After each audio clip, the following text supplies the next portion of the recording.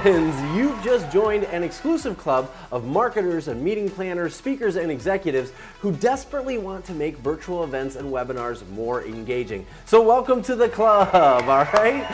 Here's the deal.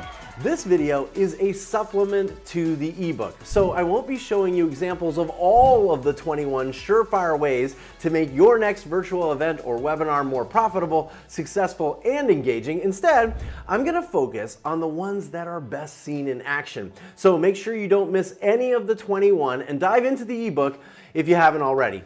And here's the deal. I wrote this ebook with one big goal in mind: to make virtual events and webinars better for everyone. So don't be shy about sharing this ebook with, or the video for that matter, with anyone you think could level up their virtual experience, okay? Deal? All right, let's dive in. All right, ideas number 21, 20, and number 7 I covered in a previous video. So if you want to see how hot switching or stacking and hammocking work in greater detail, I suggest you check out the video below. Now, all 3 of these ideas were lifted from the evolution of television programming, so it's a really fun video. Okay, so skip number 21 to number 20. Let's go down to number 19. I just attended a webinar yesterday where the speaker left the Q&A to the very end of their session. And as soon as she said, "All right, that's the end of my presentation, let's dive into the questions," I watched attendance plummet by 50% in like 30 seconds. So here's an approach you may want to try. We're nearing the end of our time together, and I have one more amazing story to share with you. But before I tell you how one smart business person generated $6 million by filling a content hole, let's answer those questions that you've entered into the chat box. First up, we have Cheryl. See how we're raising anticipation for a story you can't miss? Keeping people engaged during the Q&A is clutch. So number 19, move your Q&A from the very end of the session and keep your audience engaged longer. All right, number 18. One of the easiest ways to raise anticipation for your event is to send your attendees something like in the mail, like the real mail. So if you've got someone on your agenda who's written a book or someone who's created worksheets or handouts, send that stuff ahead of the event, like actually printed out stuff. It's a great way to build towards the start of an event, and it creates a deeper, more emotional connection between the virtual attendees and the presenters. So send the book or event materials before the kickoff instead of after. All right, number 17. This presentation itself is an example of crafting a virtual presentation without any slides, right? Sure, when I'm on stage at an in-person event, I use slides. But remember Lumiere's law? Virtual events are not in-person events broadcast online. Our sessions should feel more like TV shows than seminars. Take a look at what Carla Johnson has done with a great tool called Prezi Video. It's just one example of rethinking your presentations for a virtual world. See how she's big and the slides and graphics are part of the video, not in a separate window. So number 17, dump the slides. Yeah, serious. Okay, number 16. Leveraging your star speakers is just another stellar way to raise anticipation for your event. Now, Atomicon is an annual event for small business owners, and when they went virtual, they decided to surprise their Facebook group with unannounced speaker drop-ins. Here's one with a speaker named Mari Smith, and over the course of almost 2 hours, she answered questions and inspired people and laughed with a growing number of attendees and prospective registrants. So give it a shot. Leverage your stars with these drop-ins and raise anticipation for the event. Number 15. Now, you may remember that in the ebook, I talked about the stark difference between Kennedy and Nixon's performance in the first televised presidential debate in 1960. Well, let me show you the difference. See how Kennedy looks right into the camera? He's making an intimate connection with the individuals watching in the living rooms at home. Now, let's compare that with Nixon. Sure, he's looking at the moderators, he's sweating, he's looking a little uncomfortable.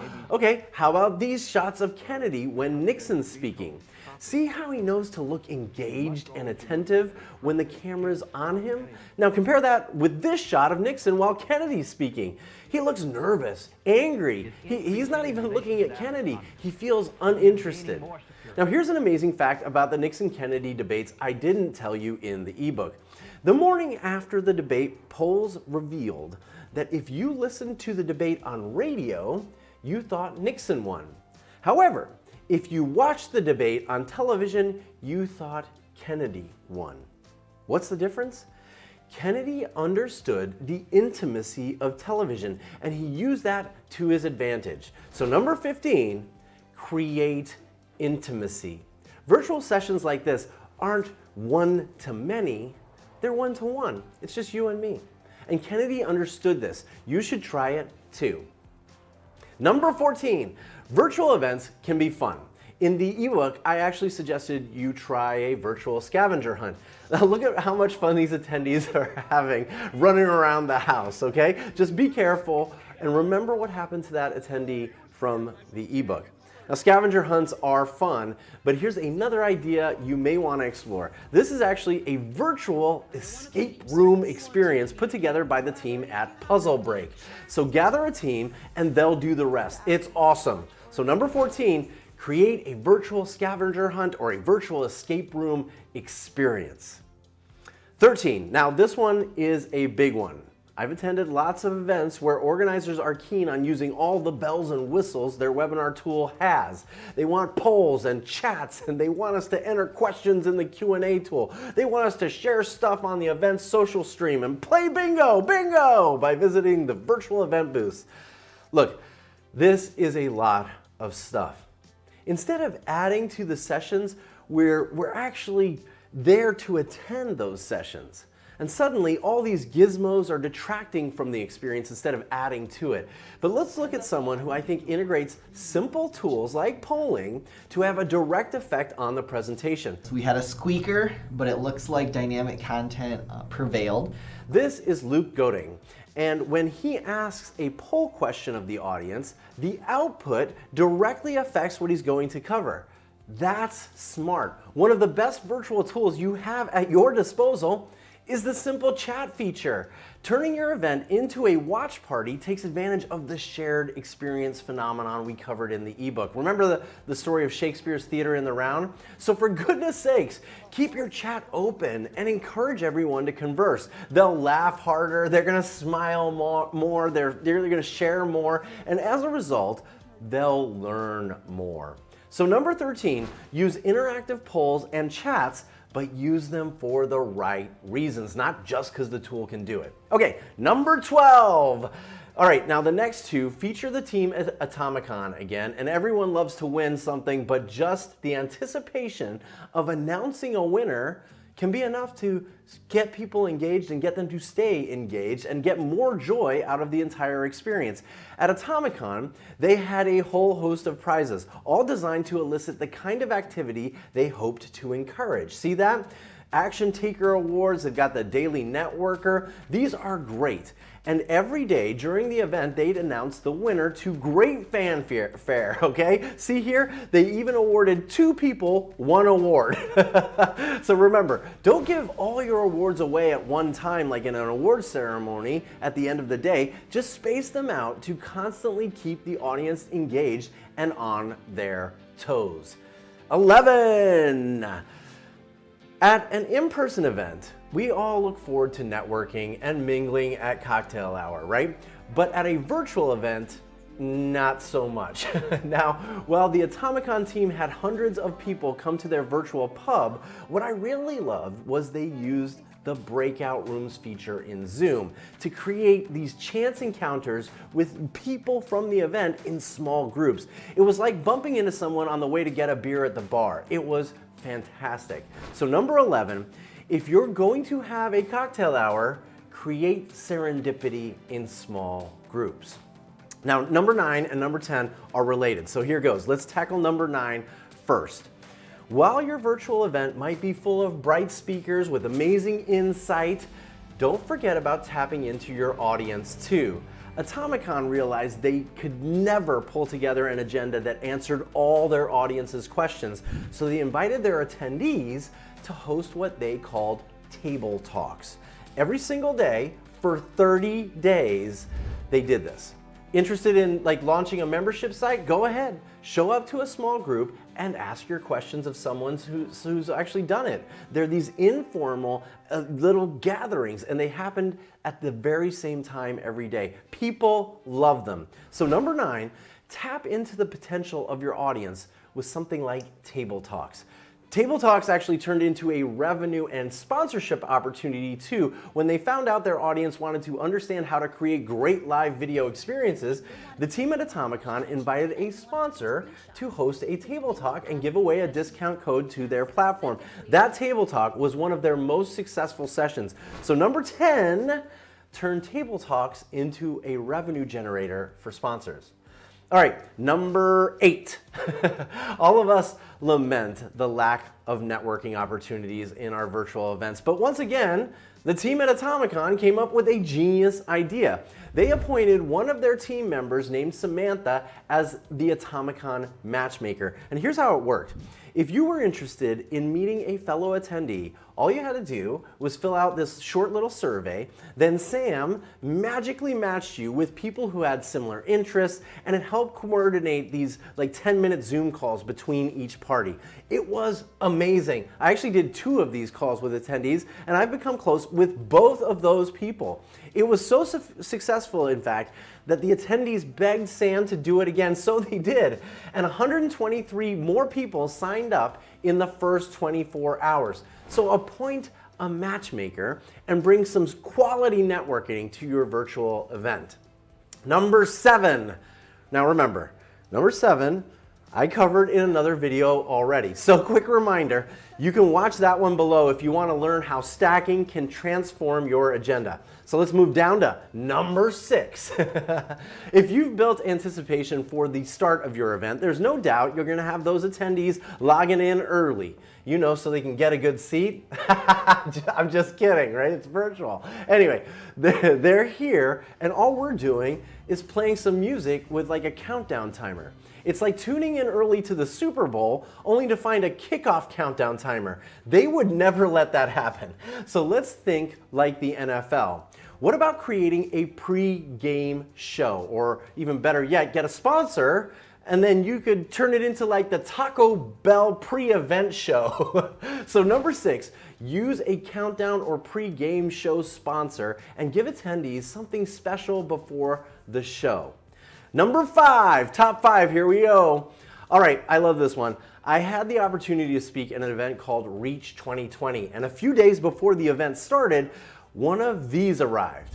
Yep, that's an amazing snack box. It was awesome.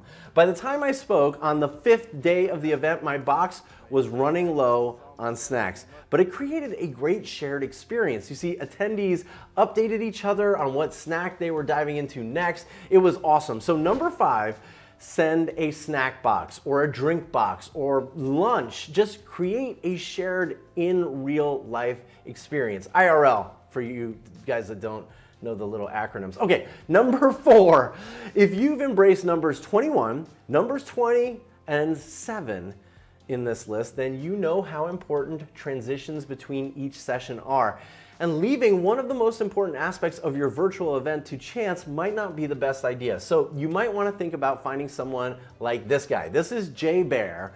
He's just runs events like a game show. I'm telling you, retaining your audience in and out of each session is exactly what someone like Jay can do. They just maximize that audience retention. So number 4, use an MC or a host to avoid losing your audience. All right, now we are cracking the top 3 virtual engagement ideas. All right, here we go. Number 3. Look, getting people to register for a virtual event isn't enough, okay? We've actually got to get them to show up for the entire duration of the event. And this is a challenge just unique to the virtual world. So we should look at solving it, okay?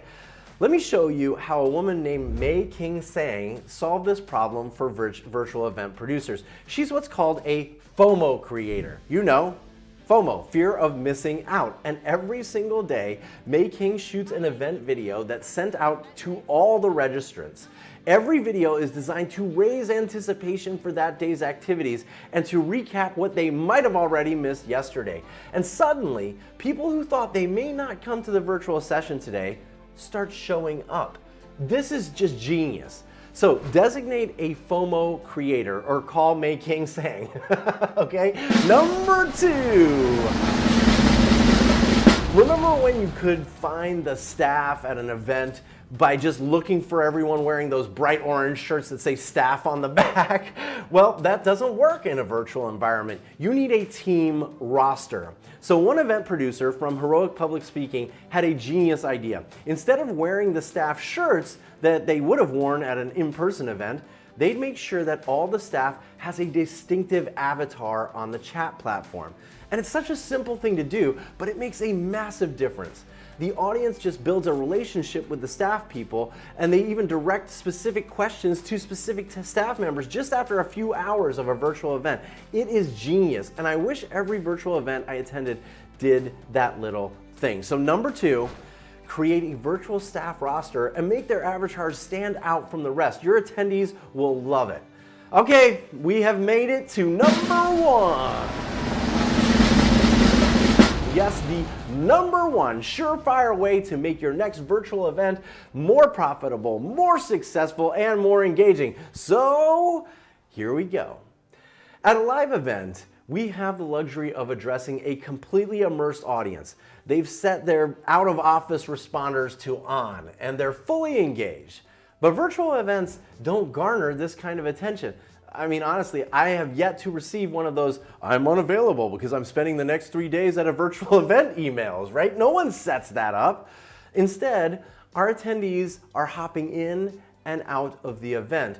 And there's a solution to this. Extend the event. The top events I participated in this year took 1 or 2 day, IRL events, and they transformed them into smaller commitments over a longer period. One event took a 2-day event and spread it over 7 business days. Another event took a day-long event and turned it into 4 mornings. One event that I've mentioned over and over again, Atomicon, turned their event, which is usually just a 2-day event, into a 30-day event that culminated with one amazing day of the biggest stuff. It was so awesome. So there you have it. Number 1, extend the event. Well, we've just run through all 21 of the surefire ways to make your next virtual event more profitable, successful, and engaging. These are by no means, by the way, the only ways to improve virtual events and webinars. So if you've done something amazing, I'd love to know about it. Just feel free to drop me an email anytime. Now, if you haven't read the ebook yet, make sure you do. The list of 21 things is only 1 chapter in my 4-chapter ebook. And feel free to share these ideas with your team or your friends, because I'm on a mission to make virtual events better for everyone. So share away. Obviously, if you're looking for a speaker, I'd be happy to chat. And if I'm not a good fit, maybe I can help point you in the right direction. In the meantime, go craft a great experience for your next virtual event or webinar. And I'll see you soon in my loyalty group.